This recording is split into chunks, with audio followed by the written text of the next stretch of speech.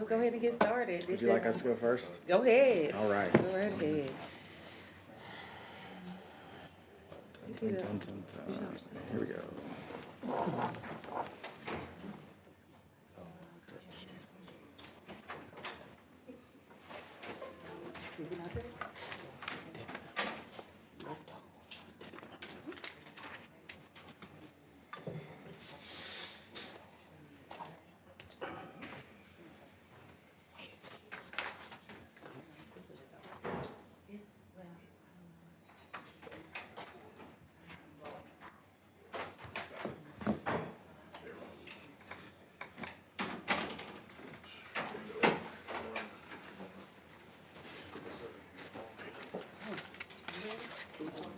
Ready, but slide deck.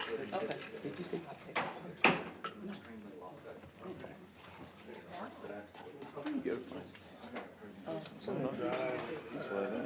Okay, you said that. I said, I don't know. Under shared with. Yeah, that's what I'm wondering. Ellis, what's your scooter? Oh, I didn't see this. Somebody probably pushed it off. While you playing. Have y'all seen him on the scooter yet? Oh, It's under budget. I'll show you pictures. Just wait.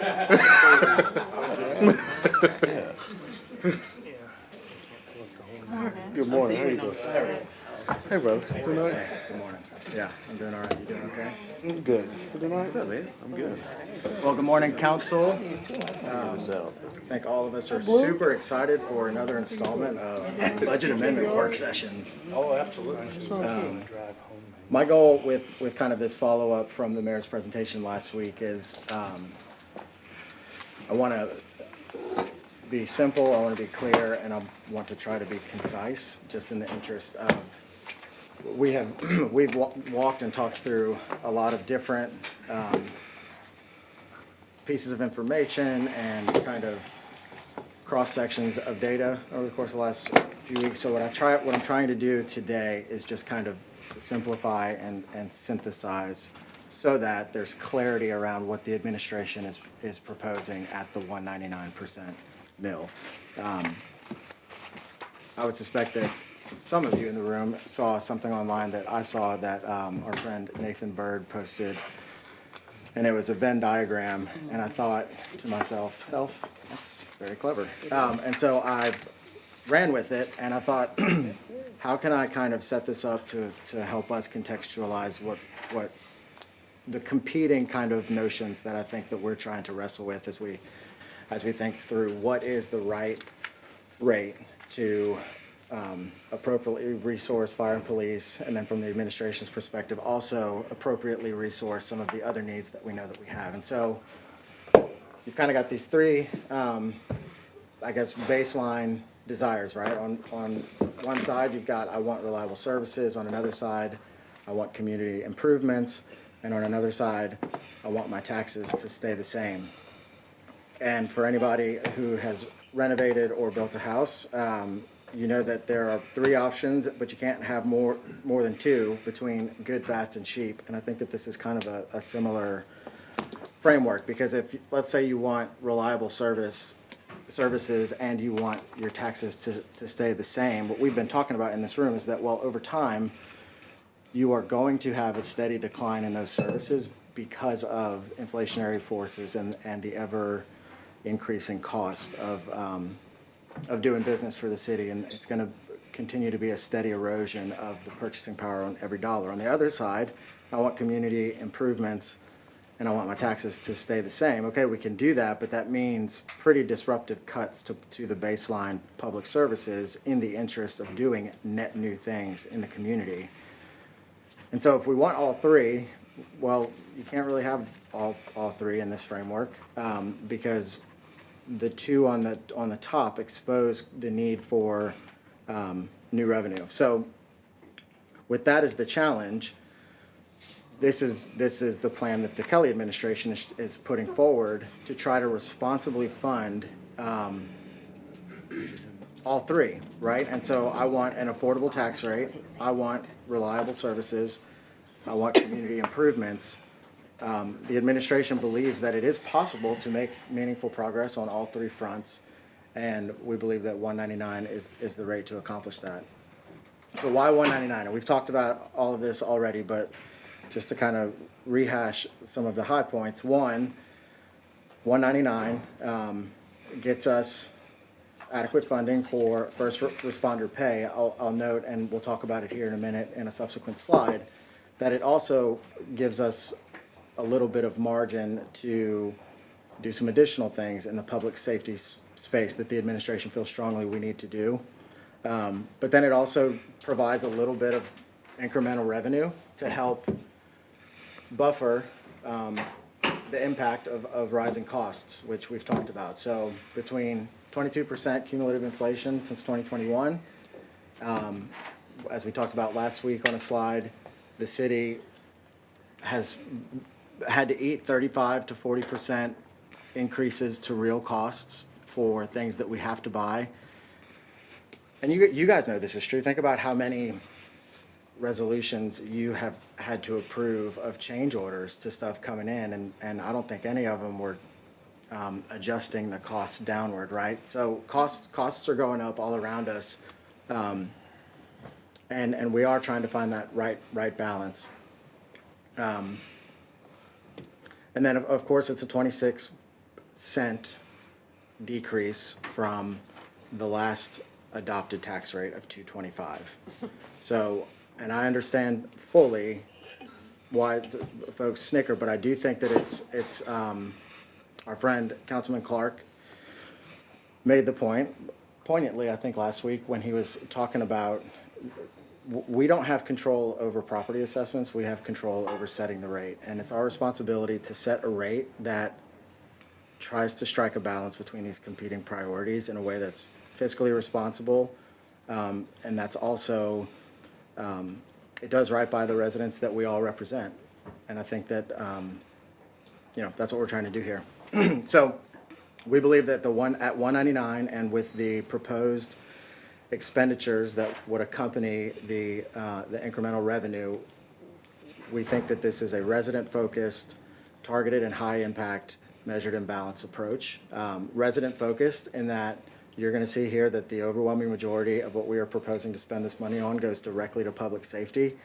Right after that, a significant chunk of it goes towards paving and public works, which is the front lines of constituent services, and I think where you guys experience a lot of pressure out in the field as residents are coming to you with requests.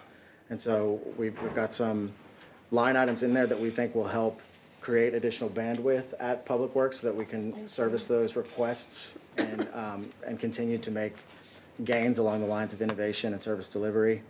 And again, we think that it's measured and balanced in this way. So if we were just going to keep it fire and police only, you're going to land around 173, 174.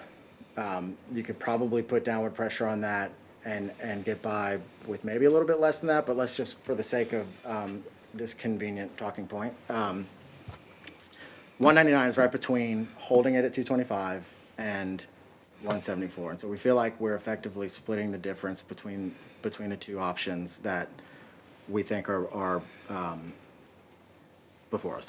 So we showed this graph in the past, but I do just want to remind you that if you look back at historical trends for the city of Chattanooga, the trend is that funding for the city has generally kept pace with the growth over the years. And there was a separate chart that I'm not going to rehash from last week that kind of showed the inflationary swings over time going back to 1989 and how the corresponding adopted tax rates largely followed those swings.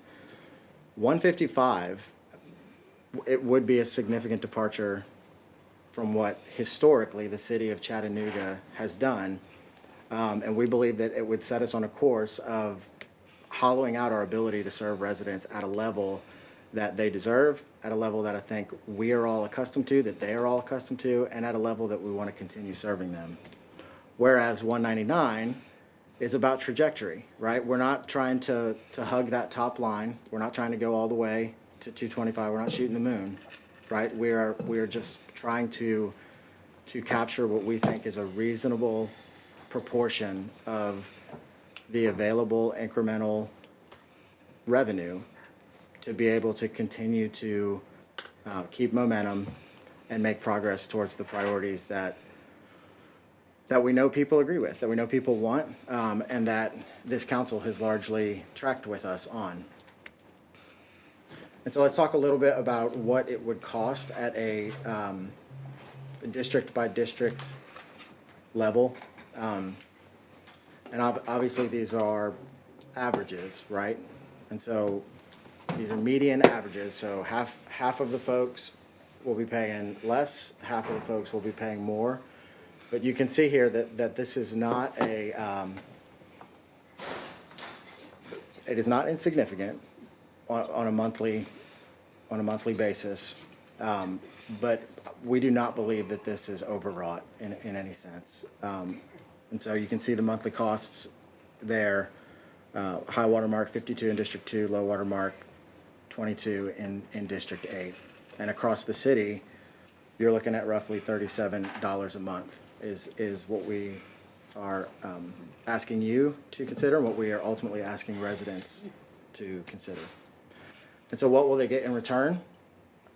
Here are the buckets that I alluded to, and in a subsequent slide, I'm going to actually go through line item what we're proposing to fund through this. But the primary buckets are public safety, public works, affordable housing, neighborhoods and parks, better government, and early learning. So the big ticket item in public works would be we are proposing a $7.5 million supplement to the paving funding that the administration has committed to annually. We know that we've made a lot of progress as this administration has made paving a priority, but we also know, as we talked about last week, that we could literally throw every cent of a $225 adopted tax rate revenue, $80 million at it, and we wouldn't make a dent on relative to what the work actually is out there. We all know that Jay and his team are doing a fabulous job. We are getting tremendous value from every dollar that we are putting into paving. Our paving team and core competency continues to accelerate, and we want to continue to make progress on those areas that are getting a lot of attention. I have a subsequent slide that will show you exactly how this would fare out with respect to the projects that are on the big board. But we think that this is an important opportunity for us to continue to gain momentum in the paving space. Yes, sir. I'm not sure I understand exactly, when this says allocation detail, is this so at 44 cents above the 23 million that we need? Yep, okay, so, I guess what I wanna know is how are we spending the additional, what is that, 21 million? so this is how we're spending it, and it's 46 million, 23, or rather 18 of it goes directly to fire and police pay. And then I thought we needed 23 for fire and police pay. we do, but we put a down payment of 5, remember? So the city has already put in 5, and so we're backing the 5 away from the 23, and Okay. it's 18 remaining. Okay. And so, Councilman Henderson, this is how we would spend the increment. So you're not gonna replace the 5 with the things that, okay, that's interesting. So are you telling me that an additional $7 million is going in? Is that what? We are proposing that an additional $7.5 million be allocated toward paving through, Which would bring us to 17 million for this year. roughly. And I did some quick math, which is also lawyer math, which is always dangerous. But if I did it right, there's in the public safety box there, 11,085,000 roughly. In addition to what's needed for the police and fire pay, there's 11 million roughly in extra spending for police and fire. Is that correct? I will trust your lawyer math. There is more than just fire and police pay, for sure. So 199 is more than we need for just fire and police pay. What the administration is putting forward is a proposal to try to responsibly resource the other needs that we know that we have, even within the space of public safety. We know that compensation is not the only area that we could use excess funding. We know that we have other needs, and so these priority needs are enumerated here.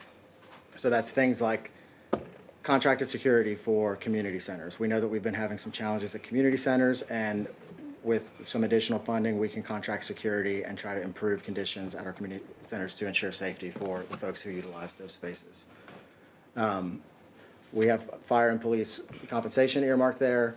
We're proposing taking up $5.5 million and making a pension transfer. We are proposing plussing up the funding for CPD vehicles.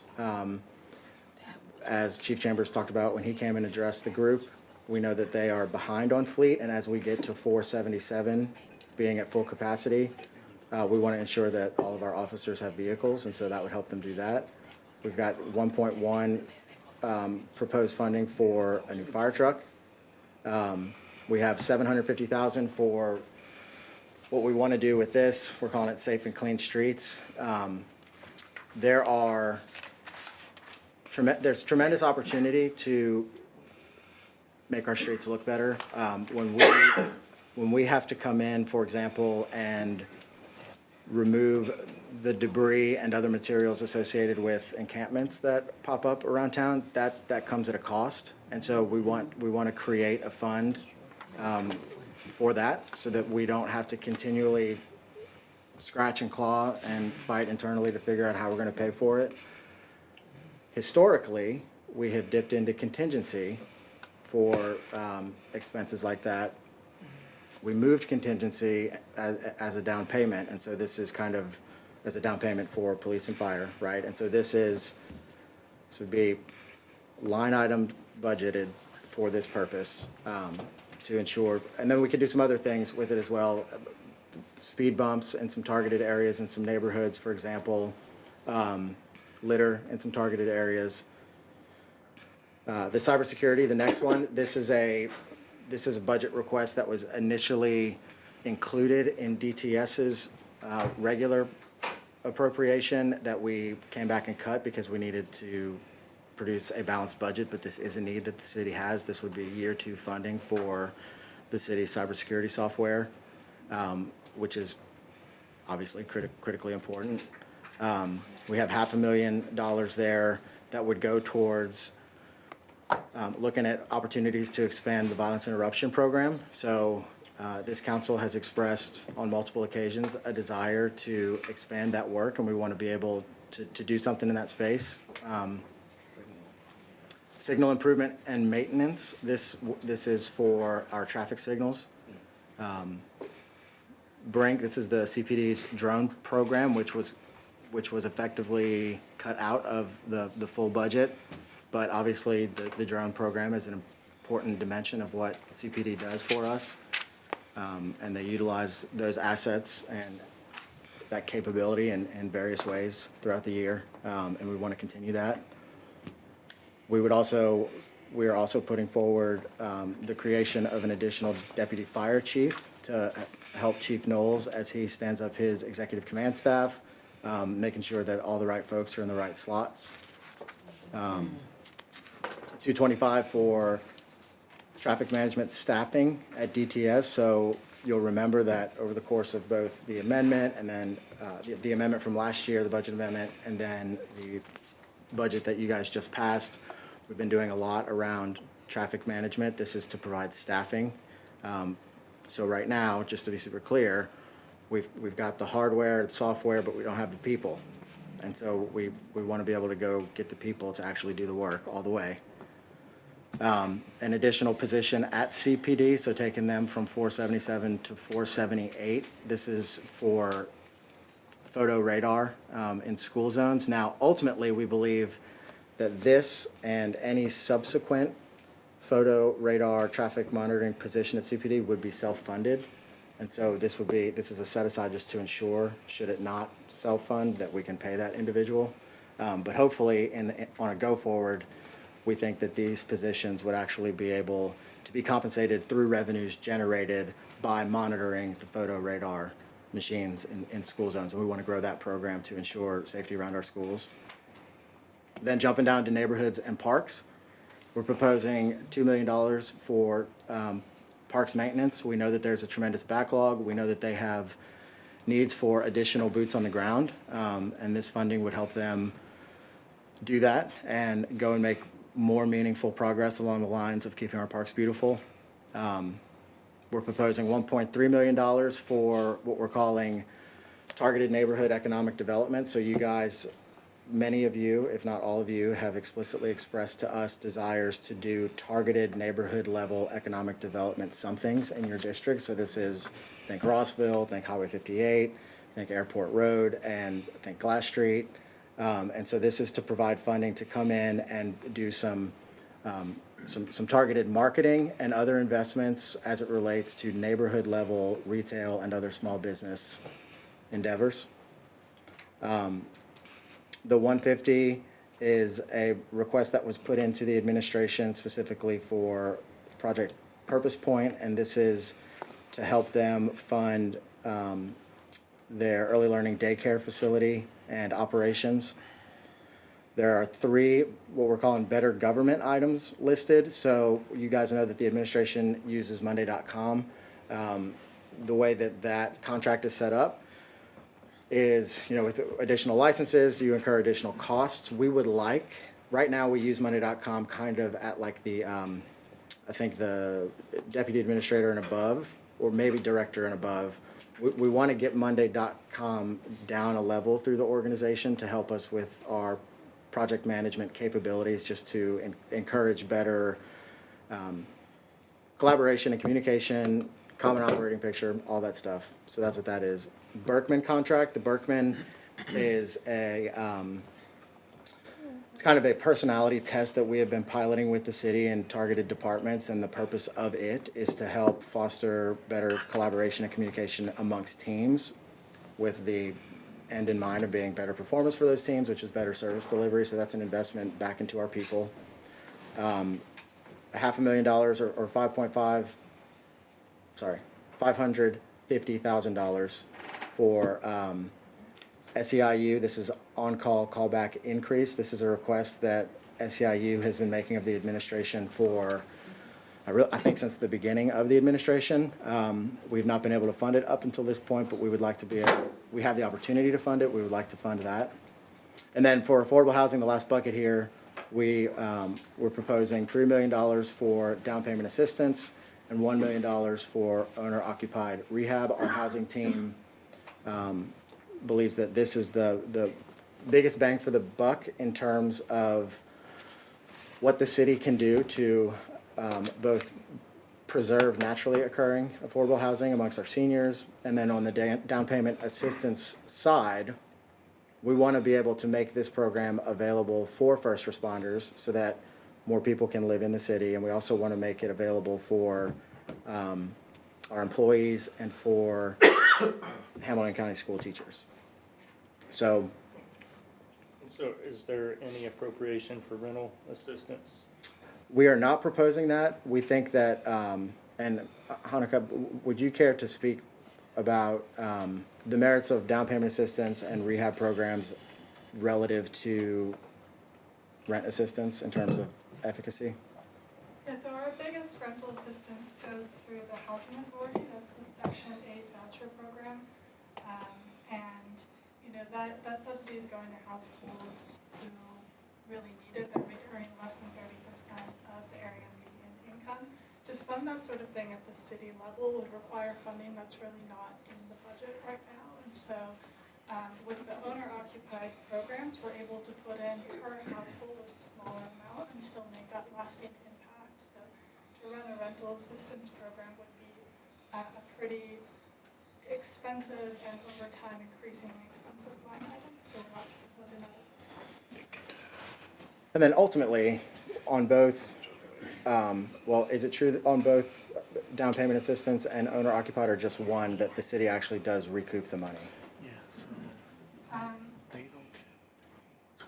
know that for down payment assistance, it's a repayable loan, so the money, I believe it is on an occupied.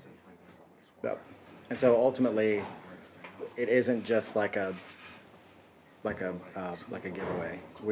For down payment assistance, we actually do recoup that money, and it can become a revolving loan program. So, just a quick question, just coming back off of Councilman Davis' question. So there was something that was discussed, and I'm kind of disappointed to not see it in here.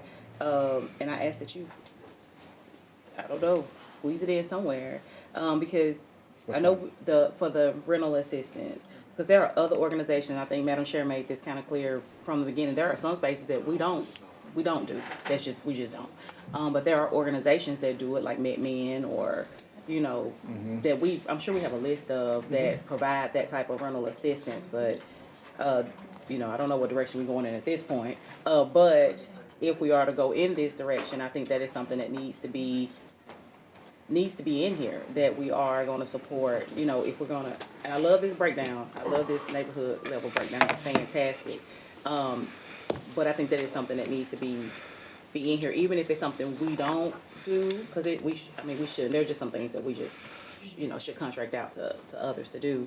I think that is one of those spaces that we can, you know, find a space for that, whether it's investing in more into that eviction prevention program, but I know that's just, the lawyers, I can't think, legal aid, yeah, so I know that's just legal aid, or, finding that organization that'll be able to host those dollars for us, and we can always come back and say, well, that didn't work, you know, pull the money back in, or whatever, but I think that is a space that is important, and I think it is in my heart, I feel it needs to be in there. Okay. All right, we'll take a fresh look at that. I'm sorry, yes, Madam Chair. I think it's also worth noting when we're talking about rentals that apartment buildings are taxed as commercial properties, so they receive a 30% tax on the taxable portion, which means that I think, I'm not sure, I haven't seen these slides if we're gonna get to a rental breakdown, but if you live in a building that is considered a business property, then your tax burden, we would be able to assume, would be double what a homeowner tax burden would be. So if we're looking at this neighborhood level analysis in District 4, all a $39 monthly increase for an average homeowner, actually it looks like average is $42 for a homeowner, and I just flipped this page as y'all saw. I think we would be wise to consider that the rental rate would potentially be $84 a month additional per apartment, given that the tax rate for commercial property is double what a residential property rate is. It is. And those but people are not living in Section 8, they are just a standard renter, So right? it's divided by the number of units though, and so on Okay. average, it's actually lower than homeowner. Do you wanna, Hanukkah, could you come join us for a second? I'll put you on the spot because you're the subject matter expert here. So we have and- 30% rate, but the tax because of the number of units becomes less? Yeah, so the Okay, per- that's So helpful. for the per unit, it's actually less. Yeah, it's a great question, and it's one I had as well when I was doing the analysis. So commercial properties are assessed at a 40% ratio. Single-family homes are assessed at a 25% ratio. But the way these properties are valued is different, and so rental property is valued based on the income it generates as a business, and so when you divide the tax burden over the number of units on a per unit basis, it's significantly lower than what a homeowner is paying. And that kind of makes sense intuitively. An apartment is, that the value of that property, of that single apartment, is lower than for a single family home. Thank you, that's really helpful. And we will flip to the And top. encouraging. Yeah.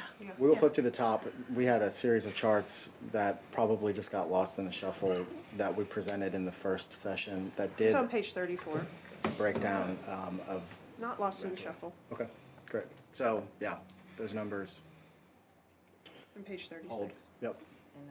And Nicole is here as well. I don't know if she had anything. Actually, it's the same. So District 4, no, that's at 2.25, so 9.5.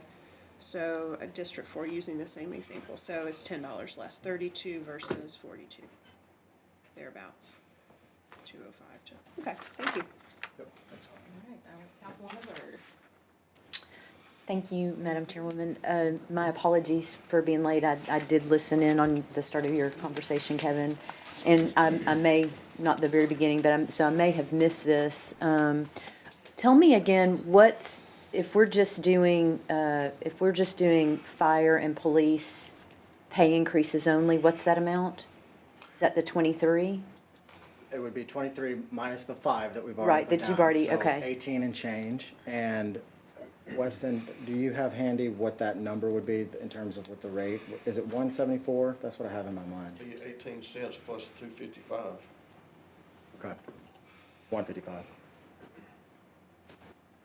Yep. And I guess this is a great list, so thank you for providing the detailed list. I guess I'm trying to understand why some of these things weren't built into the budget originally, to the mayor's budget originally, and we're having to make a decision to fill that gap. Some of these things, to me, like the Monday.com license, that's administration. I mean, a lot of these things are administration, but I'm just trying to understand where the gap was. So the gap There is. Yeah, so the gap is in recurring revenue available to us. So we have to put forward a budget that is balanced against projected revenue for the fiscal year, which was $345 million. And then there are things that we have to pay for, then there's personnel. Then we get into competing priorities. And so this list is representative of incremental priorities that we were not able to fund because we did not have the resources to fund them.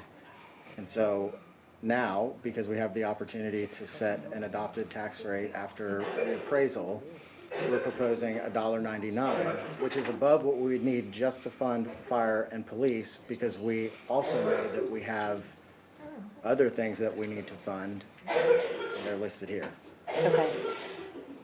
So then the other number, the 23 million is just for pay increases. What's the additional amount that's needed to also provide the additional things that fire and police need? Or is that in the 23 I think it's at 11 that I mentioned. Is it 11? Okay. Yeah, we kind of went through the numbers. Yeah, so Okay, that, thank so- you. Again, thank you for catching me up, you all. I really appreciate it. And also, Councilman Burrs, just kind of adding on to what Kevin said.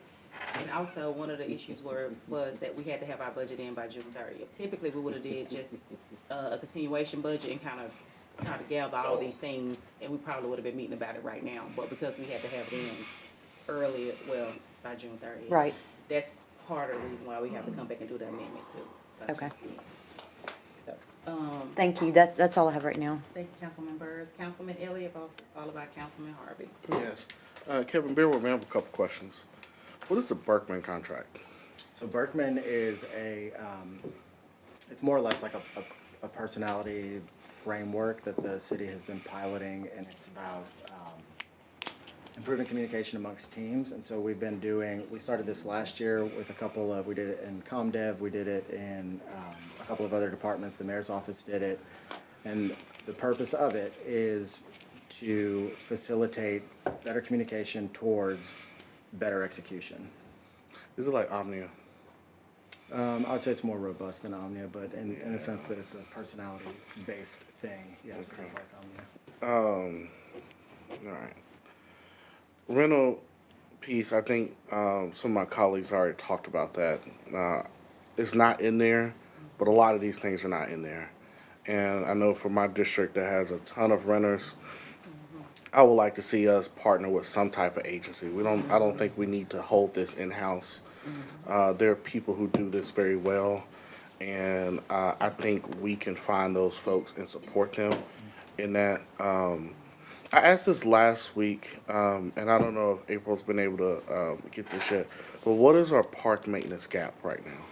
Yeah, so she mentioned that she does not have a solid number, and this was last week when she was presenting, and she expressed hesitancy to commit to a number. I've heard 200 million, right, being thrown around. I don't know what it is. We know that it's significant. We know that it's more than the 2 million that we are putting forward here as part of our proposal. But I don't want to speak out of turn and give you a number. No, absolutely. Defer to April. And just so you know where I am, I would love to know where we are, where we need to go, instead of just kind of throwing it in the blind. I understand it's probably hefty, Yeah. but at least want to know what we're working towards, so we're just not throwing. That's right, and she, money just to down be the clear, hole. she is working towards a solid number, and is working, I think, with the consultancy to get that and to do a robust kind of, investigation of what all of the needs are so that she can get to a solid number. We're just not there yet. Okay. Absolutely. Contractor services for community centers. What does that look like? Because You we, wanna help phone a friend here, Weston? Can you pull up contracted services out of the budget and we can just take a look at what that entails? and here's why I'm bringing this up. We've had contractor services and centers already, and they haven't been very effective. We've had physical incidents, guns brought on our campuses, and some of these contractor services are not equipped to handle some of the issues that we're running into. Sorry, are you talking about what we put here in terms of for security? Or are you Yes. talking about something else that's already in the budget? I feel like this is both. Okay, so to answer the question about what this is, this would be to do a net new security contract for our community centers to make them safer, because we have had some challenges with security. Okay, and so I think makes the same point, because I don't want us throwing good money after bad. Whatever that looks like, it's going to have to be more robust. And I know we've had some success with police officers being in some of our centers, and I know that is a price tag that would come to that if officers were to patrol. But I would hate for us to throw money down a hole and kind of find ourselves in the same position where we have security that's virtually ineffective. They offer a presence, but what true utility or safety aspect are they bringing amongst a barrage of issues that they could and are facing at our local center? So So what this would allow us to do would be to issue an RFP where we can be very prescriptive about what it is that we're looking for and enter into a contract accordingly. And I challenge y'all to think about this too. I know a lot of our centers are getting a lot of spillover from incidents that even happen in our schools. They have police officers there. Is that something we want to consider in part of our solution for our centers?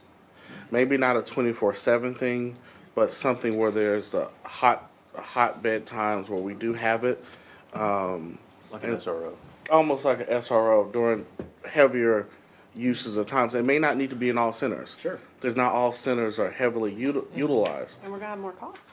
And it'll be a cost, but. No, cops, we're gonna have more police officers. Yes, absolutely. So I challenge us to think about that piece as well, if it makes sense, if the numbers make sense, in addition to this as well. That's right, and listen, this underscores the interconnectedness of all of this, because we don't know what it's like to have 477 officers, right? And Chief Chambers is committed to getting us there. We're going to get there. The compensation play that we're in the process of making is going to help us get there. And I think that once we're there, as he said, let's see what they can do. And I suspect that they will be able to do more and be able to have a greater presence across the city, including a something with respect to community centers. Absolutely. And this leads me to my next point. I made this point last week, and I don't know if I'm the only person that feels this way, but this is kind of how I feel. One of our main topic here was fire and police pay. And here, as we increase uses of money, I would like to see an increase in what we give them. We already have other agencies already preparing to try to undercut us and put even more money above our heads. And so I would like to see what it looks like in these different proposals that you guys are presenting. a staggered amount of, and I don't know, like I said, colleagues, I don't know if I'm the only one that feels this way, but I don't want us to just hit the bare minimum Sure. of fire and police pay. We don't have to always just be middle of the road.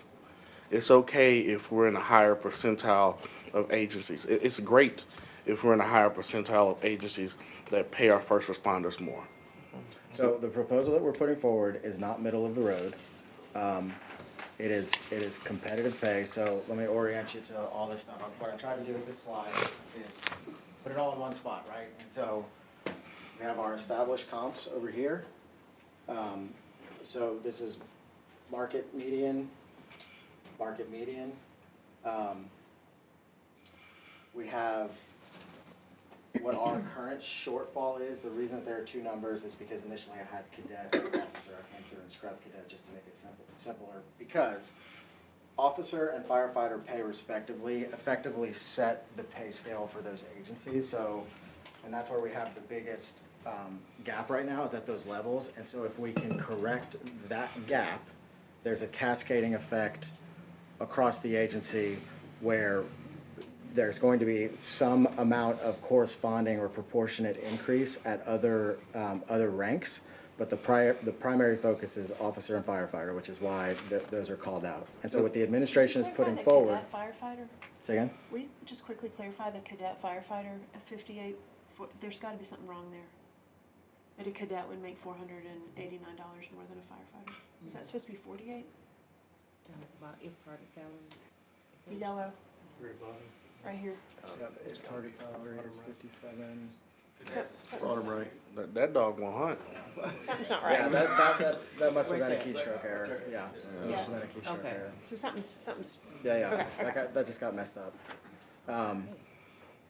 So what we're putting forward, though, just to clarify, is officer starting salary in CPD of 58,699, and for firefighter 55,968, which is competitive. It's not bottom of the barrel. But then we're also showing you, because you guys asked last week, well, what would it look like if we really tried to be top of the market? And what would that incremental cost be to the city? And so that's what the gold bar at the bottom is. It's that scenario, which shows if the target salary for an officer at CPD, starting officer, is 60 and change, and then a firefighter is 58, well, then those are the costs, and so the total goes from 23,693 to the 29,159. So roughly around, about $6 million. And so I'm gonna say this, I don't wince at that, because this is the conversation I've had with my constituents for the last several months, is that this conversation is about fire and police pay. I would like to even put that on the table, because I feel like this minimizes the chances that we're gonna be having these conversations at this extreme again, especially if we do what we're supposed to and properly keep up with pay a long time. I do agree with the mayor when he said last week that, this rat race we've been in with agencies is coming to, there's a ceiling to it. And I do believe that. And I'd rather consider that as well. And I understand the uses of having some of those other things, but like I said, as we increase, even if it's not to that extreme, what does it look like to get even closer to that, And not to saying that is the ultimate goal, but I would like to see that in some of these considerations as well. Because everything else going up, I would like to see the fire and police pay go up as we talk about some of these things as well. Understanding you guys are trying to fit in more money for other things as well. I think that's the biggest thing, and this next thing, I won't spend much time on it, but I would at some point, this may be a Sharita or Richard thing, what does neighborhood economic development projects really look like? Sure. And it could look different for everything else, but this is a question I had. Yeah, and it could be, and we want to tailor them, right? We're working in partnership with you guys to each specific neighborhood that would be in focus. Yep. So those are the big questions and concerns I have. That's all, Madam Chair. All right, thank you, Councilman Elliott, Councilman Harvey, followed by Madam Chair Hill and Councilwoman Burks. Can we go to the previous slide? This may sound petty, but I'm sorry. It is not. This one burned me up. We're gonna we're gonna pay $15,000 for a personality test when we're asking people to pay $500 more a year. I just, I've been inundated with calls this week. One gentleman said, please, don't raise my taxes because I can't live in my house anymore. And so I wanna be able to go, this is a tough sell when we're gonna spend $15,000 on a personality test. And we're trying to ask people to pay $500 more a year. And I can't go to them and say, you know what, yeah, we prioritized our fire and police. I'm sorry, to me, a personality test for $15,000 a year, that's not prioritizing fire and police. I mean, regardless of what we do, I think that's just ridiculous. A personality test, $15,000. I'm sure Chief Chambers or Chief Knowles could do something right now with $15,000 instead of spending on a personality contract test, whatever it is. I'm sorry. I'm sorry. Well, I know a lion when I see one. I know that's right. I'm sorry. That is fine. That's Noted. one of the tables. Noted. Listen, we are putting forward a proposal and we are soliciting feedback, so thank you for that. Yeah. Any other questions, Councilman Harvey? So, for now. Or Madam Chair Hill, followed by Councilwoman Byrd. Okay. So first, a couple questions about the specific list. One question, the fire apparatus at 1.1 million. I was working with Chief Knoll and I've got a number, Assistant Chief Knoll, potentially Chief Knoll. I have a number of 1.7 million for that ladder truck and the accompanying equipment. And so is that just a difference of opinion or an overestimation? Do you have a thought on that? I do have a thought, but I will also defer to the subject matter experts, but there are different types of Because it was trucks. a 105 ladder truck for 1.6 million with a 10% estimated additional and then $100,000 worth of truck. Yeah, so there's different numbers. I think a ladder truck, a pump truck, they're all gonna have different costs. The 1.1 is where I landed in the context of trying to stay within the $46 million of revenue and having Okay, these different But- buckets, but yeah. do either of you wanna speak to? I mean, because that puts Truck us immediately to costs. $600,000 deficit on a new truck that we say is really critical. Well, if it's the one that we need, do we need the 1.6 or do we need the 1.1 truck? If we're doing the ladder truck for Station 21, like we talked about, then it would be the 1.6 million. If we're just doing more pumpers that, to replace the old pumpers that we have, that would get us at least one with some leftover. Custom pumper's about $700,000 to $800,000. But if we need a ladder crew for Station 21 and they need a ladder truck. Then that's gonna be 1.6 million. 1.6 plus $100,000. Yes, Okay, perfect. cool. Yes, ma'am. Kevin, I appreciated your point about the traffic management staffing and the CPD traffic monitoring photo radar being able to pay for itself. So I've been doing some additional research along with Trinity, our intern, about traffic camera monitor, traffic safety monitoring cameras. And just recently got numbers from Anthony Byrd because Captain Mullenix, or Sergeant Mullenix, Sergeant Mullenix, he said that we had some money available that we hadn't collected on, and it looks like everybody, like there's a real potential opportunity for us with that revenue. It looks like we've got almost $2 million in uncollected fees on those tickets, and I know there was just recently an article about that. And something that was really missing, I think, from the article about traffic safety cameras is that they save lives. And if you have, there's an offender that has 198 violations. Oh my gosh. That says to me that that person drives too fast down Hickson Pike. Pay your ticket, Jeff. And what we know is that you know, when we have these cameras, people don't die. And I think that's really important. So I do see that we have potential, absolutely, to get those salaries covered. That's right. So a few things that I've been thinking about. So after our last session, well, after all of these sessions, I've been sending information to my district and just trying to give them like the full picture of things. And values continue to be the same. In fact, here, let me just hand these out to everybody. So I would say universal support for fire and police, salaries. And, maybe, do we need, maybe one for Weston? I don't know. I need one more. Oh, you need one more. There we go. I've got one more if anybody else wants one. So universal support for the fire and police. And something that was really compelling to me, in the presentations that we've had is, and then as Councilman Clark pointed out, the coverage for Station 21, I think that's in District 4, is an important investment for this fiscal year. I mean, that seemed to be a pretty strong statement from Chief Hyman. I do think, as you said, Councilwoman Burrs, it would have been really helpful to discuss that in detail during the main budget conversations. And further, I think it would have been prudent to have been looking ahead and been saving the capital for that $1.7 million or 1.6 plus the $100,000 in equipment.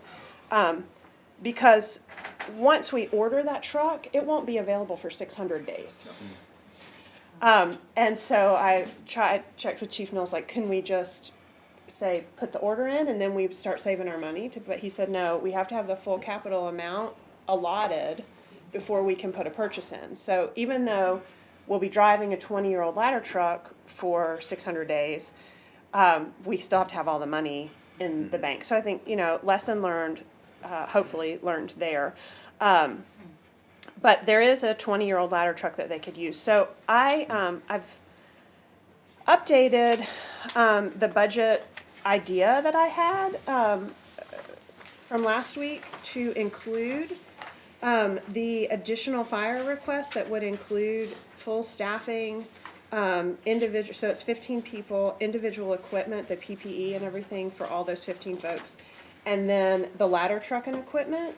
So that's an additional $4 million, which, in keeping with the logic of the other ideas that I brought last week, would put us at a $16 million funding gap if we were to decide we wanted to fully support that, which obviously this idea fully supports, fully pays for the fire and police salary increases that we've been discussing, and that is what it focuses on. Which brings us to a millage rate of 1.7 or $1.70 to produce that $16,159,650 in revenue, which would be an average payment citywide of $22. So that's a thought for people to consider. But I just wanted to tell you some of the other things I've been learning.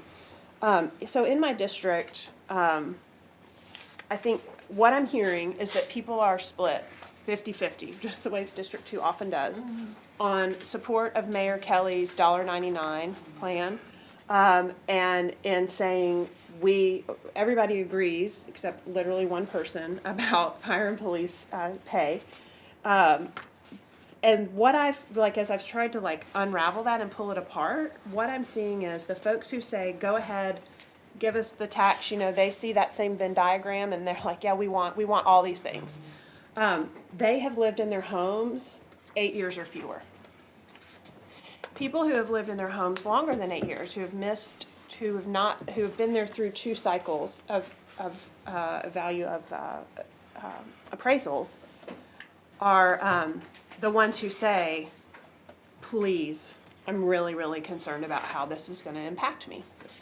And so as I pulled that apart, I had a really interesting conversation with somebody, and I learned that I had one homeowner who bought basically a home that was a median priced home 10 years ago, and one person who bought a very, very, very expensive home. Now their homes are both valued at the same amount. One person's tax valuation went up by $20,000. The person who bought the house 5 years ago has seen $20,000 in valuation increase. But the person who bought their house 10 years ago has seen, $500,000 in valuation increase, which they're very grateful for. However, that tax difference is very different, right? So both of them have mortgages. The one locked into a mortgage and an escrow that recognizes the very high cost of their home.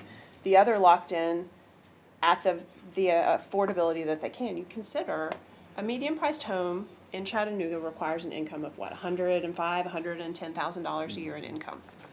If your median-priced home now is $1 million home, great for you that you have that value, no question. But you have the income quite possibly for the living expenses of a median-priced home. And so that's where I see my districts kind of separating out, of having genuine concerns about the fact that we're at this moment where we've typically captured growth.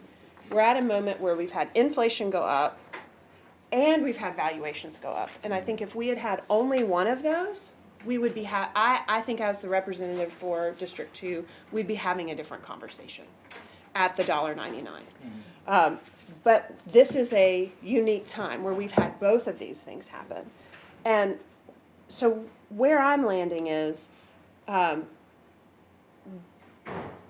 looking at like the paving supplement.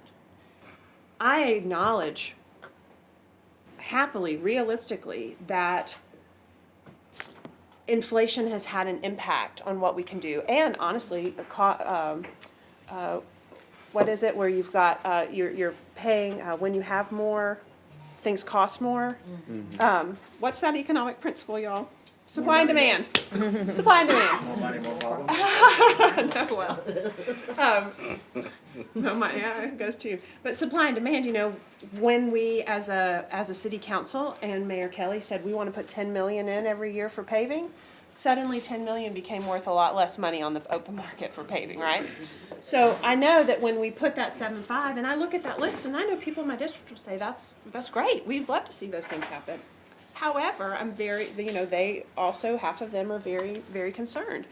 And so what I know is that our infrastructure gets older every year. We need more focused, recurring revenue for our infrastructure than we can deliver in our general fund year over year.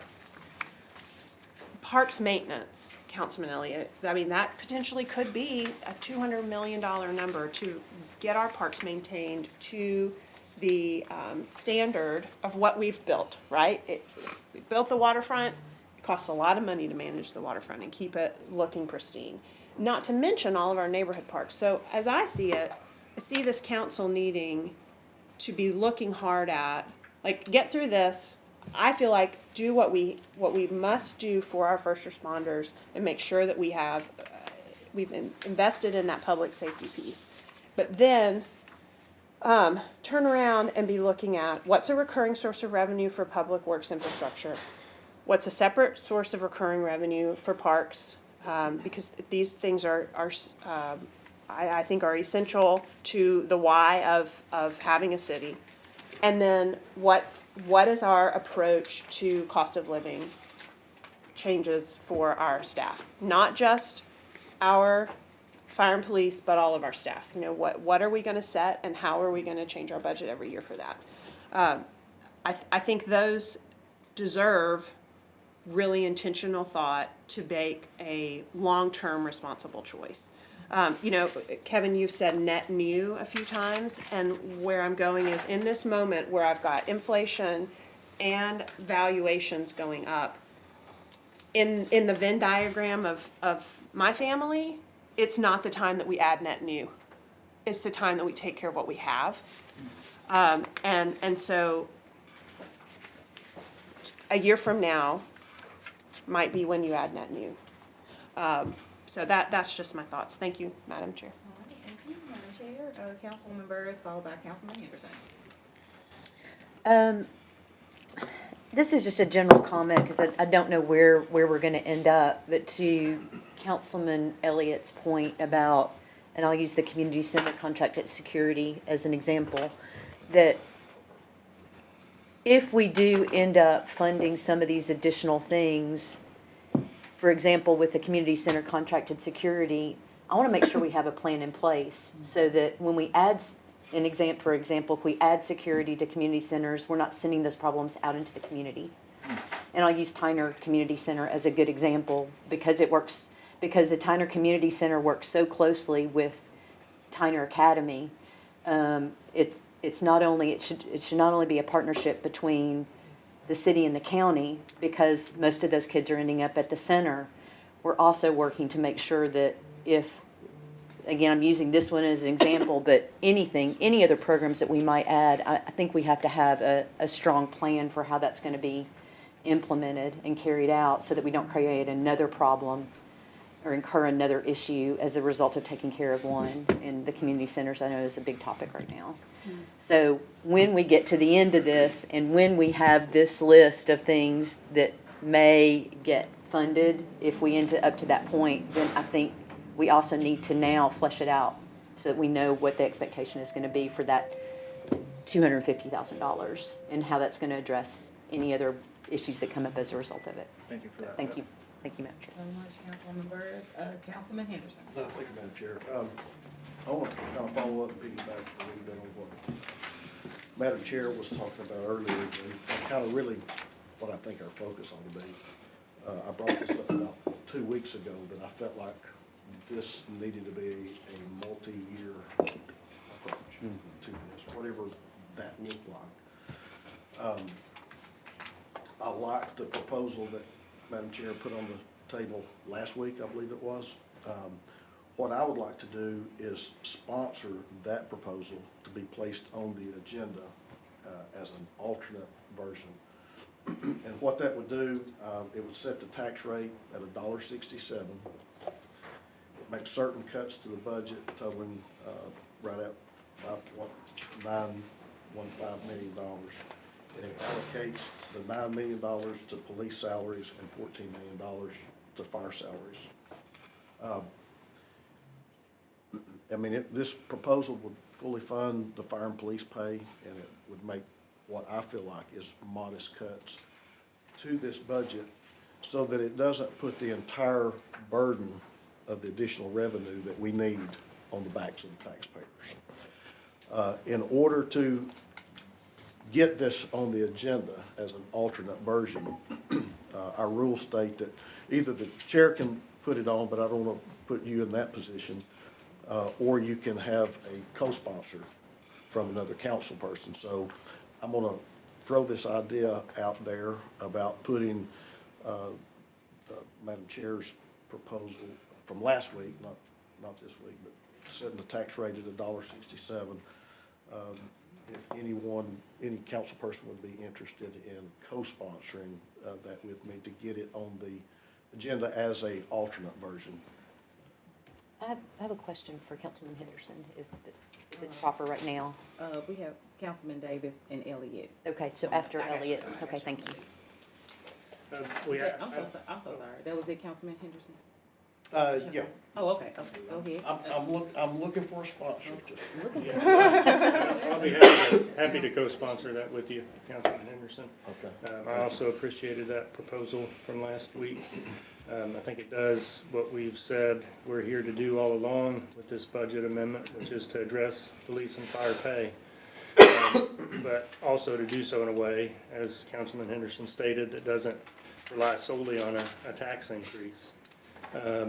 The feedback I've gotten over this past week has been a little different from what you've heard, Chairwoman Hill. I've heard from exactly one person who supports the mayor's proposal. I've not heard from anybody who supports Councilman Clark's proposal of keeping the rate, or moving the rate, or however you want to say it, putting the rate at $2.25. I've not heard any support for that. But everybody that I've heard from certainly supports whatever we need to do to increase pay for police and fire. Which again, that's why we're here. And at least on my end, I had committed a process of doing that looks at where can we save in our current budget so that we minimize that tax increase. And it is a tax increase. I think all of us around this table can recognize that. Even if we set the rate or leave the rate at the certified rate of $1.55, there are plenty of folks across the city whose tax burden will increase. And it will only increase more so the farther we go up the scale. So folks aren't fooled by the kind of wordplay that I think we've seen in the media or even around this table. It's true in a technical sense, as Councilman Clark said, that we don't have any control over the appraisals, but we do set the tax rate. And that results in an increased tax burden for our residents. And I think we have to be very careful about that, and very conservative, and I'm happy to be called cheap. I don't think it's very helpful to be calling names like that around this table, but heck yeah, I'm cheap. I'm cheap when I'm spending my money. I'm even cheaper when I'm spending other people's money, if you want to put it in those terms. Also, the kind of threatening language we heard from the mayor last week was also not helpful. And at least from the folks I've heard, kind of seems a little desperate maybe on his part to do that, and I think that's unfortunate.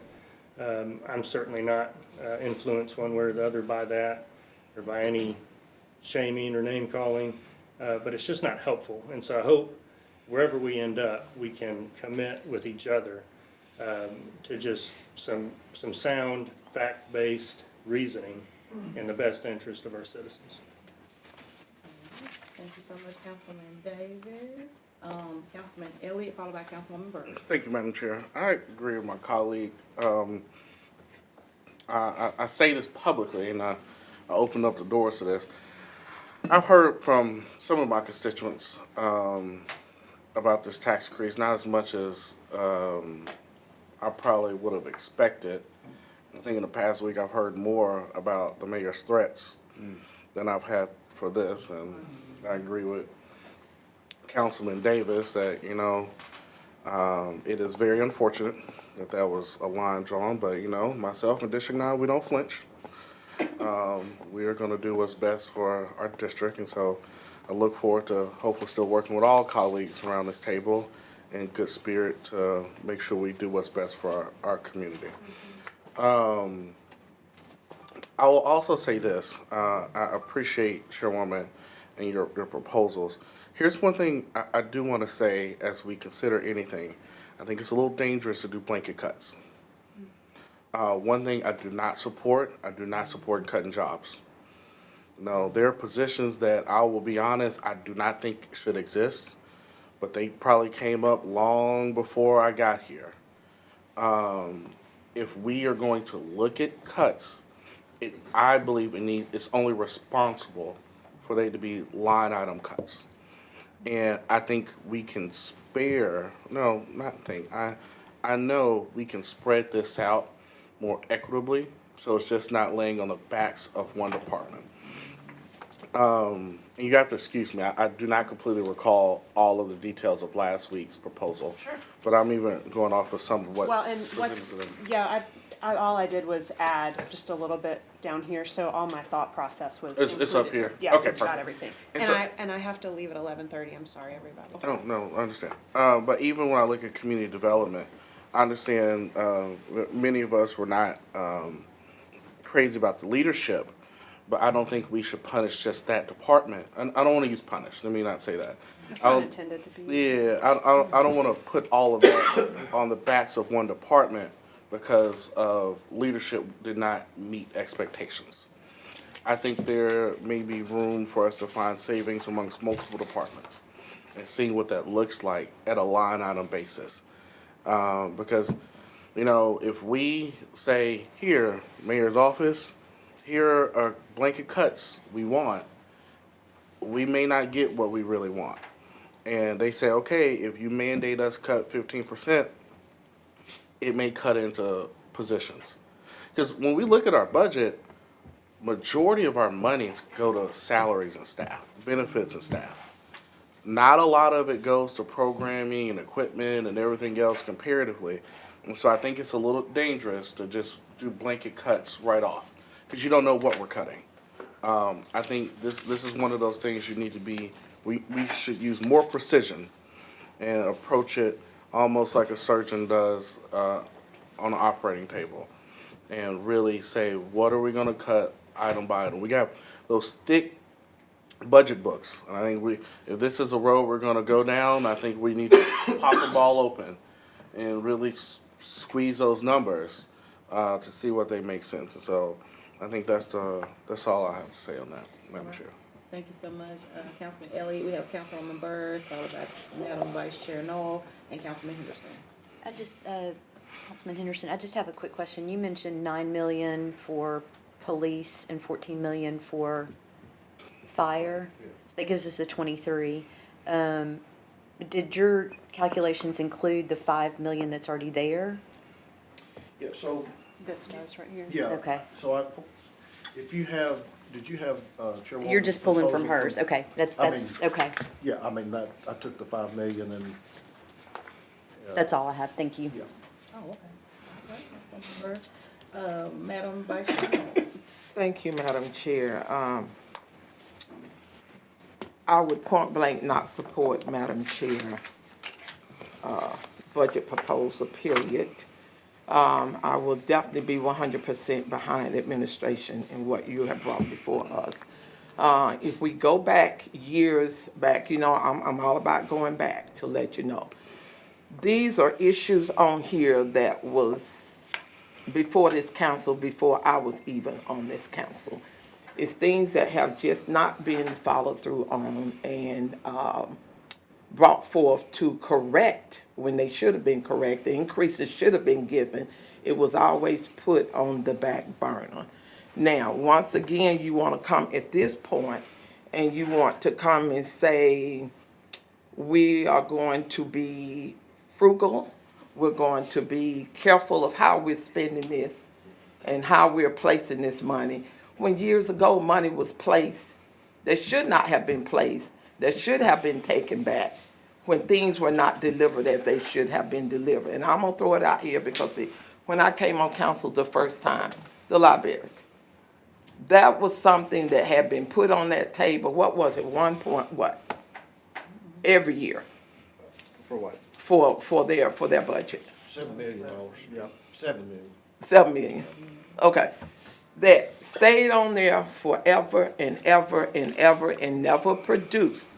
If we had been frugal and paying attention as to how funding should be done and making sure things were done the way they should have been done, that would have never went on as long as it had been going on. And we would have money in the budget now by saving that money to do what needs to be done right now.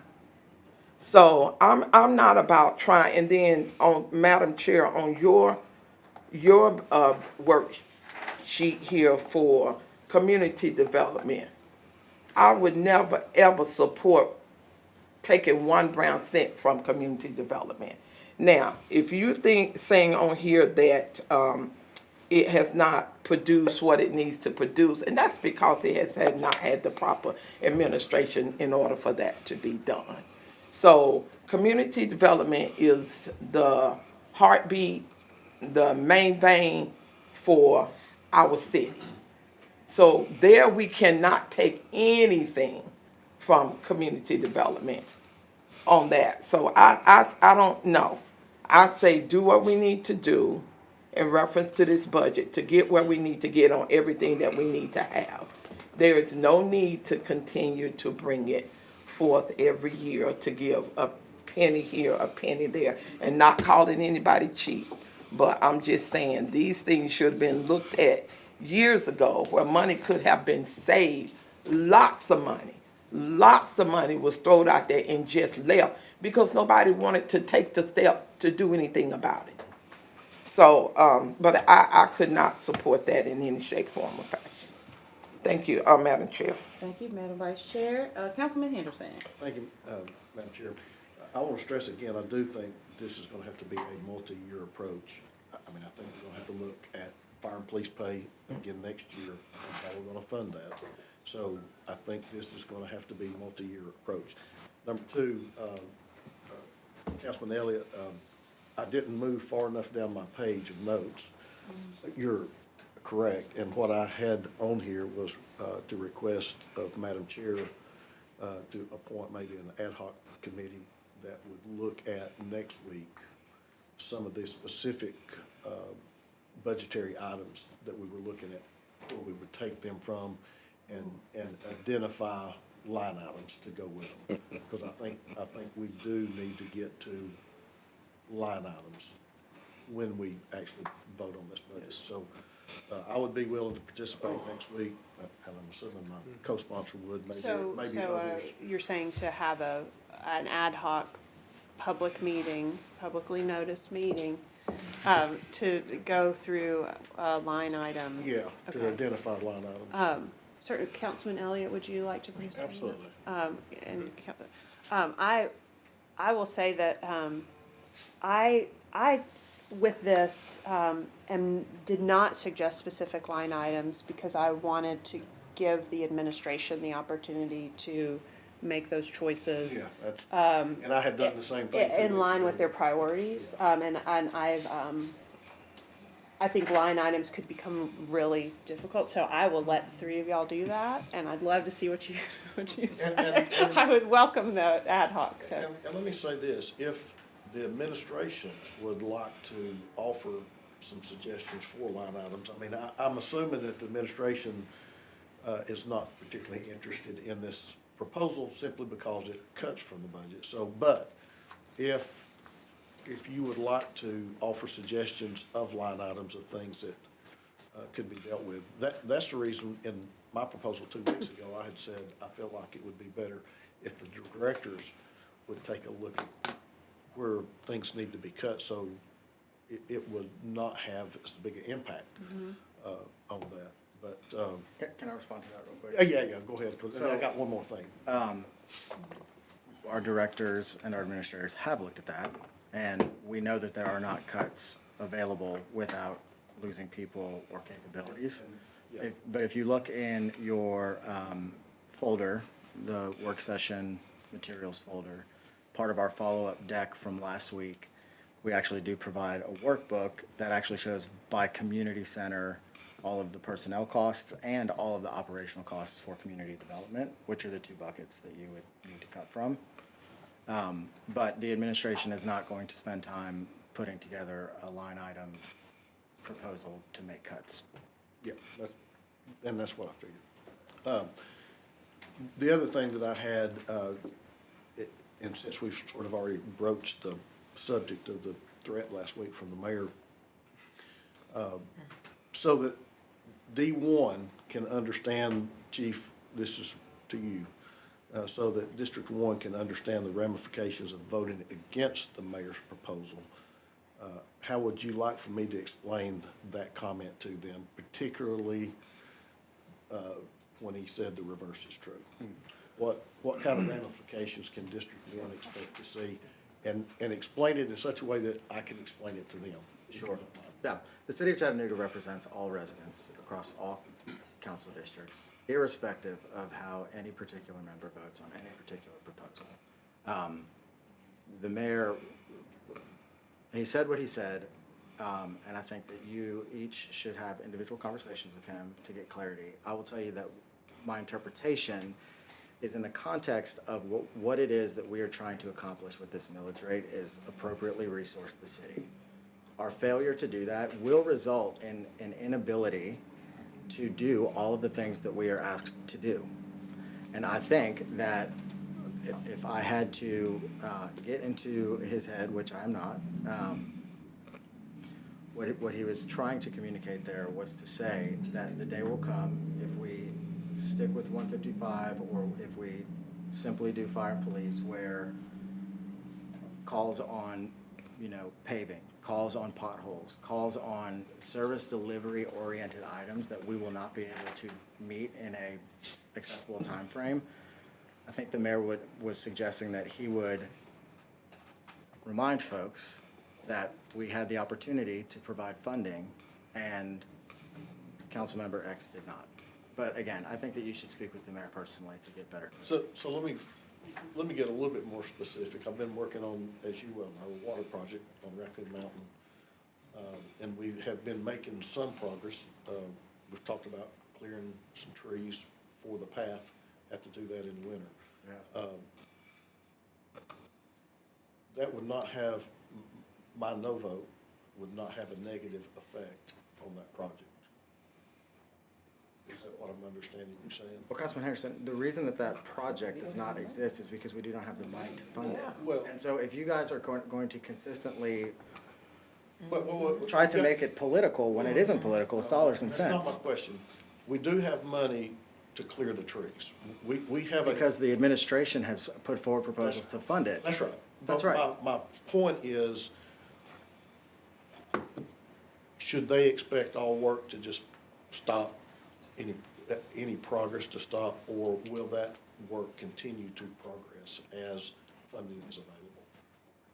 Funding for that project is phased based on what was available to us at the time of making the appropriation. And so the work that we have funded will continue, but then it will stop because there's no more funding and there's no more work to do. And so if you want the project to be completed, you have to fund the project. And that's what we're talking about. Well, I guess my point or my question was, those folks on Raccoon Mountain won't necessarily be negatively impacted because of a vote that I make. That's all I'm asking. If you fail to vote for funding to deliver that project, then yes, they will be Well, I negatively didn't- impacted. Okay, I didn't see funding for that project in this budget. Are you suggesting that if there was funding for that project, you would be in favor of the proposal? I'm simply saying, I did see money in here. Because we can make that happen, baby. Well, I'm sure we can. This is about resources. That's it. Okay, I just. We're, you guys, I think there's this odd, like, we're hiding the football. We have been asking you since the beginning to go line item in the budget. Go line item in the budget and tell us what you want to cut. We live in a city that has a very, very low effective tax rate, but we want to do a lot of things. And property tax, we're drinking through a straw, guys. Property taxes are what we have. And we are not shooting the moon. We're not going for 225. This isn't a money grab. We're literally trying to fund the things that we know our residents deserve and the things that they expect from us. And so what I'm saying to you is that if you're unwilling to fund that, then they can't have the same level of expectations, and neither can you, because we don't have the money for it. It's that simple. Thank you, Chief. Yes, sir. Thank you, Councilman Henderson. Madam Vice Chair Noel, followed by Councilwoman Byrd. Thank you, Madam Chair. So, I would look at it, the questions that, Councilman Henderson made. If you don't vote, you don't have it, you may not have the money.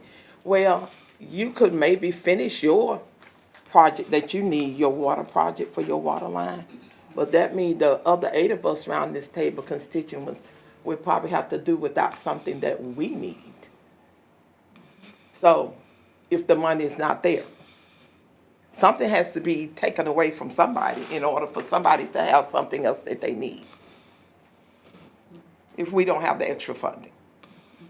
Well, it goes back to what I was trying to say at the beginning here, where it's like, we all have these competing desires. There are things that to your point, Councilman Henderson, every single resident gets the same baseline services, irrespective of where they live. That's the job of the city, is to provide those services. We're gonna continue to do that to the best of our ability, but at some point, the level of service that we're providing today, if we do not have adequate funding on a go forward due to exogenous forces, there's going to be a gradual diminishment of the quality of services because that's just time value of money and inflation and all of that stuff that we've been talking about. And so if you want net new, which I would categorize bringing water to the top of a mountain where there's not water is net new, that money has to come from somewhere. Where is that money going to come from? And to Councilwoman Knoll's point, it's either coming from something else that's already in existence that we decide, okay, we're no longer gonna do that, or it doesn't come from anywhere, or it comes from net new revenue. Or it comes from capital funds that we fund every year. Through what? Well, through bonds That are repaid by what?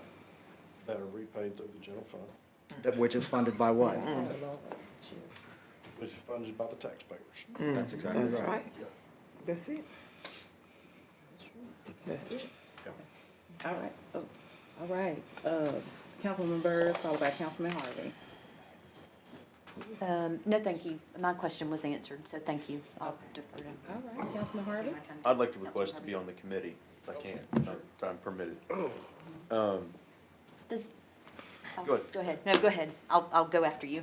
Okay. Go ahead. For me, since day one, this has been about priorities, and arguably getting water to residents on Raccoon Mountain should be prioritized over spending $3 million on a park.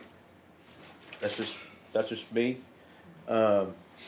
People having water over a park, spending $850,000 on a single park, whatever. Fire and police pay, priority.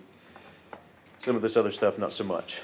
And I just want to clean up what Councilman Henderson was saying about the mayor's comments, because I too have been inundated by those, by that comment, by calls from my constituents in District 4 who are concerned that those who do not support a property tax increase will be politically punished. I don't think it's a matter of, if we vote on this, are we scared that it's a resource problem as much as I think the mayor's threat, from my standpoint, was a political threat. And I would like to give him the opportunity to clean that up. Well, you should call him, and he'd be happy to do that. But I'm not a politician, I'm not running for office. I know that. I'm trying to do my job, which is move this conversation forward, and this isn't a helpful dimension to that. I understand that. Publicly, I'd like to see him clean that up a little bit. That's all. All right, thank you, Councilman Harvey. Councilwoman Byrd. I just want to make a comment to all of this conversation, which I think is very good that we're having these conversations, that it doesn't sound to me that services are going to end if somebody doesn't vote for this change. Amen. I mean, we still have to run a city. We still have funds to run a city. Projects may just take a little longer, or they may not happen, as quickly as we thought because there is a funding issue.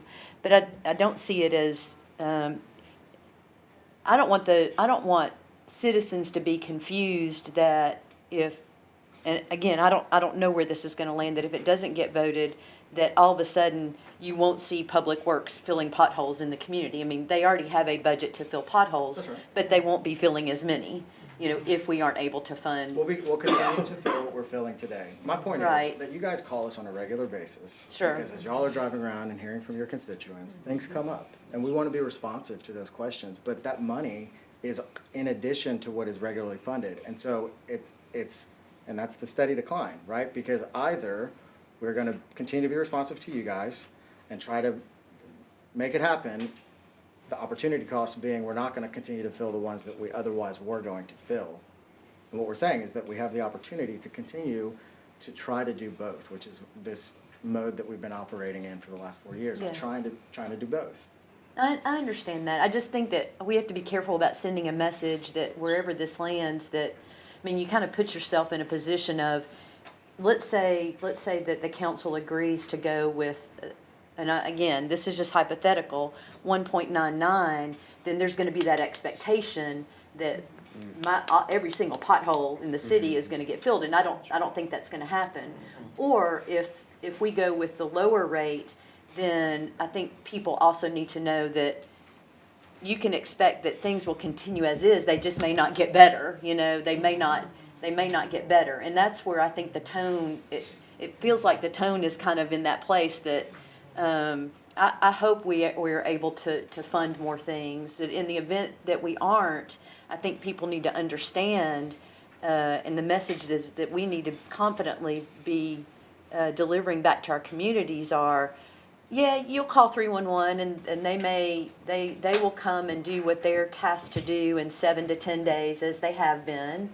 But just know that there won't be anything addition to that. That road that you may have wanted paved, it's gonna probably take a little bit longer, or it's not gonna happen in this fiscal year because we only have the funding to maintain right now, not do anything special. So I just wanna make sure that as we're going back and having the conversations with our districts, that we're sending a positive message in the fact that if nothing were to change today going forward, that you can expect that the city's gonna, your things are gonna be taken care of, just nothing in addition to this, at this point is gonna happen. Is that a fair It statement? absolutely is a fair Okay. statement, and I don't think that we have, The I have thre- not there's a communicated threat that, yeah, I mean, anything to the contrary. threat thing is, is a little bothersome, cause I don't can think tell. that's the intent. I can I think when you step back and look at it from 30,000 feet, you know, in order to complete a project, you've got to have more funding if it's not already built into the budget now. So it's not that the project won't happen, it's that it may take a little longer. It may take a few more budget cycles, depending on, you know, how things stand. And that's what I think, going back to our districts, we need to confidently say, wait a minute, your potholes are gonna still get filled, but that paving project or that new road is gonna take more time because we just don't have the funds. They will be filled at the level that we can afford to fill them, and Okay. what we are putting forward is that we have the opportunity I understand to that. increase that level and Okay. get more potholes. But as I've said repeatedly, and as the mayor said last week, we could throw 80 million extra dollars at paving and still not make a dent relative to the work that needs to happen. Yeah, I understand. That was clear, and I'm good about telling citizens when they say, "Can you come pave my road?" I'm like, you know, I understand that piece. I want to make sure that districts understand that the city isn't going to shut down if, you know, if we're not at 1.99. And no one has suggested that. the I city know, but would shut it down. just feels like the tone is kind of going, you know, this back and forth, and I wanted to say that to get some clarification.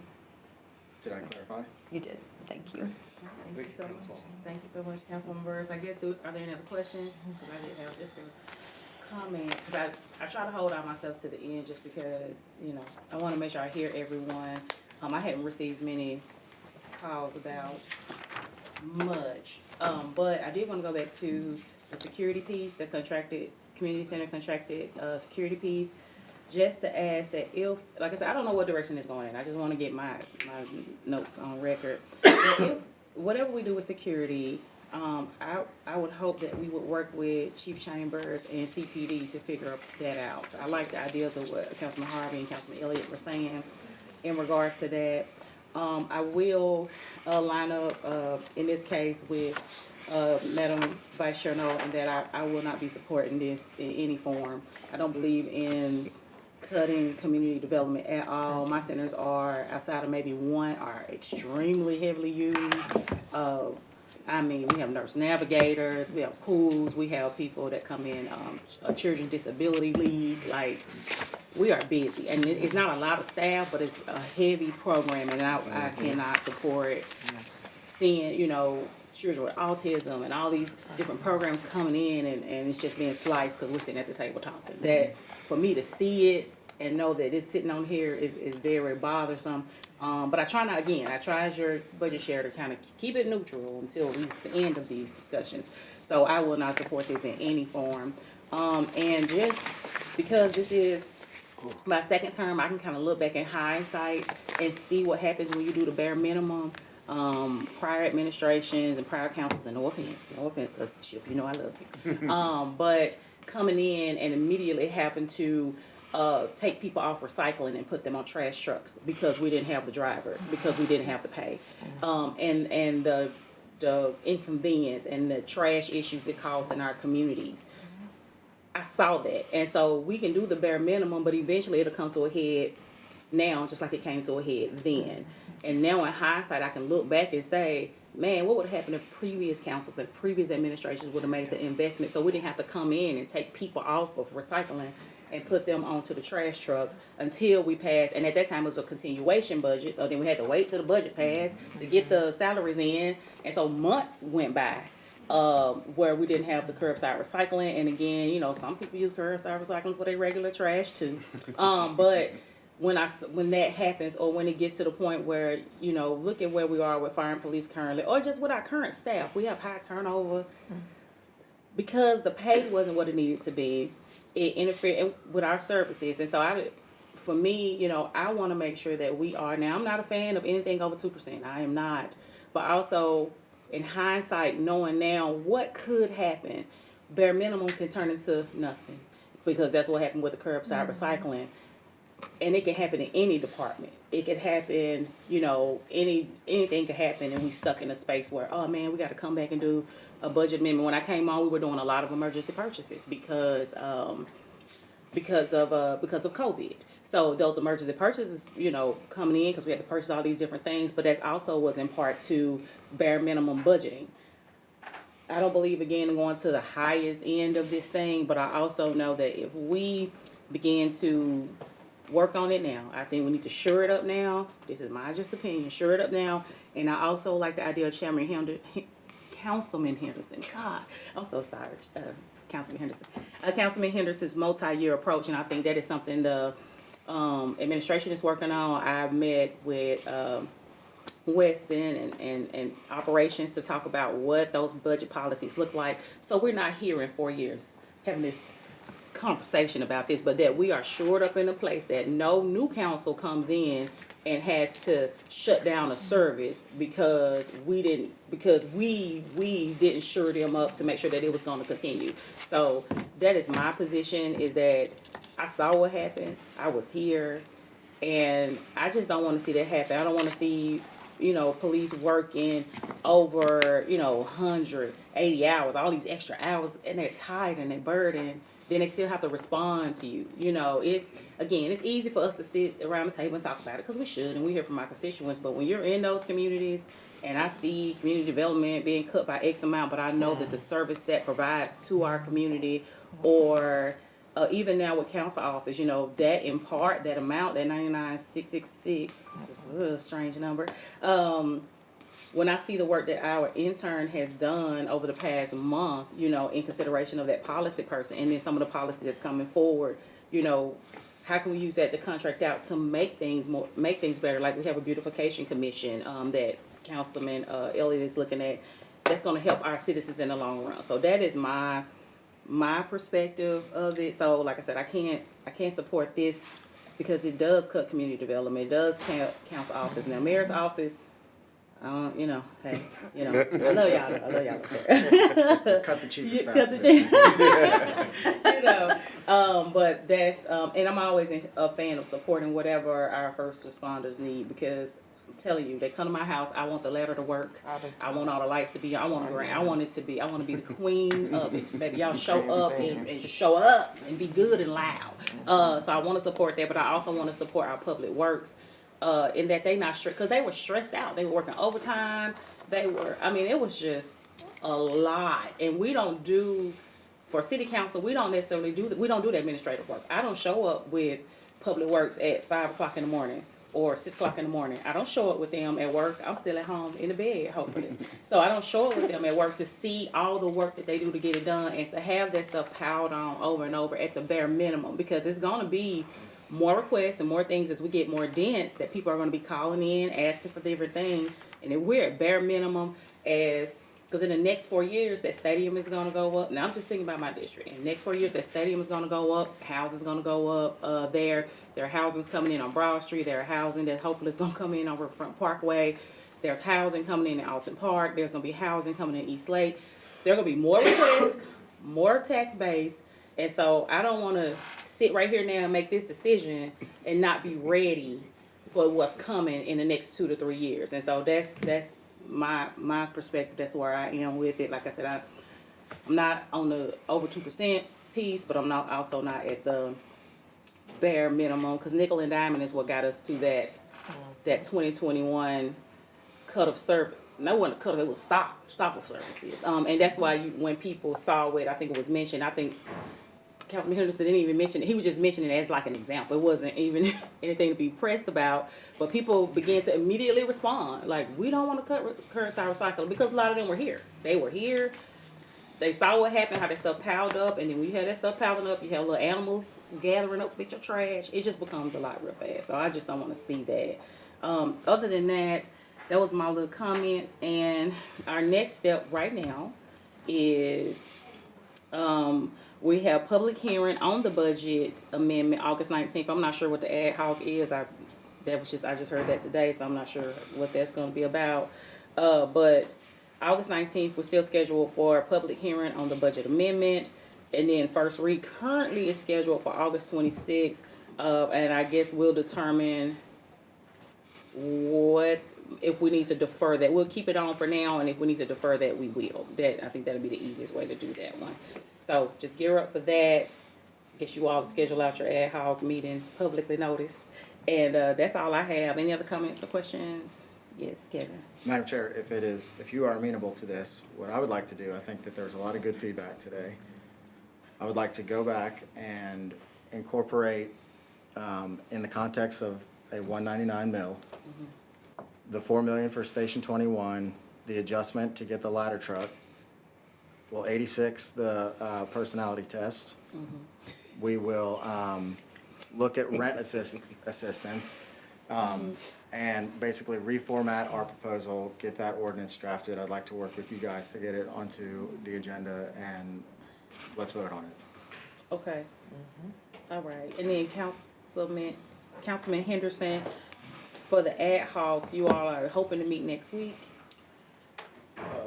That would be my intent. I need to find out what the schedule is for Next week. next week. Okay. But your intent Your intent is to meet next Tuesday, which is the what? Notice? What next Tuesday? Yeah, if we announce it, What's I next can Tuesday, the 12th? Yeah, Okay. 35th. Okay, so August 12th is the ad hoc meeting, and this particularly will address, line items. Yeah. Line item, good. Okay, I just wanna add that to my agenda, okay. All right, and then are you planning to present that at some point, or what's the kind of plan for that? Well, that will, we can present it, or it can just be on the alternate version. Oh, okay, That's a- okay, that's fine. Okay, I think it would also likewise require a public hearing. which one? Both of them would. Both the ad hoc, If there are two distinct budget proposals, they would both require public hearings. Would those have to be separate hearings though, or? what's that, It's gotta Phil? be a separate, You could do it at the same time, I believe, if they're both involving the budget. Okay. Same time. Okay, so with the ad hoc, potential, the alternate version of the budget, does that need to be out prior to August 19th for people to review? And how far ahead? Yes, ma'am, if the, I guess your regular, public hearing is on the 19th, it would have to be out at least a week in advance of that. I think it's 10 days, I would say. 10 days, so they don't, So they have to be out by Ninth. Good night. the 9th, okay. All right, but y'all meeting on the 12th? Well, The we're gonna 12th? have to move it up. Yeah, maybe if y'all could meet this week, maybe? sounds like Is that we'd have possible? to. Huh? Sounds like we'd have to if it's 10 days. Okay, Yeah, all right. you could have a notice meeting, though, at least indicated here during the public session here this afternoon. So we got notice in Have to it announce it. So, at 3:30. Can I ask a question? Just a second, let me get clarity from Phil real fast, and I got you down. So you said they'll have to notice If they're it? gonna do it this week, they would have to do an announcement during the meeting, because we get adjourned meeting here this week. Okay, so, Phil, let me ask you something, Madam Chair. yeah, go ahead, yeah. We can make amendments from the floor. Yes, you But can. you're saying an alternate version has to have its own, so if I made this if I just made an amendment from the floor, we wouldn't have to notice anything. No, as long as it's aware that there's a public hearing on one version, though, that's the problem here, is there's a public hearing on one version of the budget ordinance, and an alternate version is chosen at that point. That's the only issue. Okay. You good, Councilman Henderson? All right, Councilman Elliott. Is there a timeline that we're bumping up against? No, this was, One okay. shaking her head. I say no, okay, we just. I know the figured out. tax deadline. Weston, can you speak to that, please? There is a timeline Oh. that we're up against. Which is September, correct? Right, well, the TCA requires that the bill, or states that the bills are due and payable October 1st. So we usually have them, we have to have them printed and sent out. Oh, that's right. And so the middle of September gives us time to get the rate on the bill printed and sent by the October 1st due date. Which is why we were targeting the September 9th date for final read. So we are on time. So whatever we decide, be decided by then, so that finance and the administration has time to print all the stuff up, send what we need to send over to the state, and then get the mail out. Okay. Oh, glad you asked. All right, any other questions, council? Okay, so with that, our meeting is adjourned, and then Yes, you all can figure out your ad hoc situation. Thank y'all so much for a great conversation.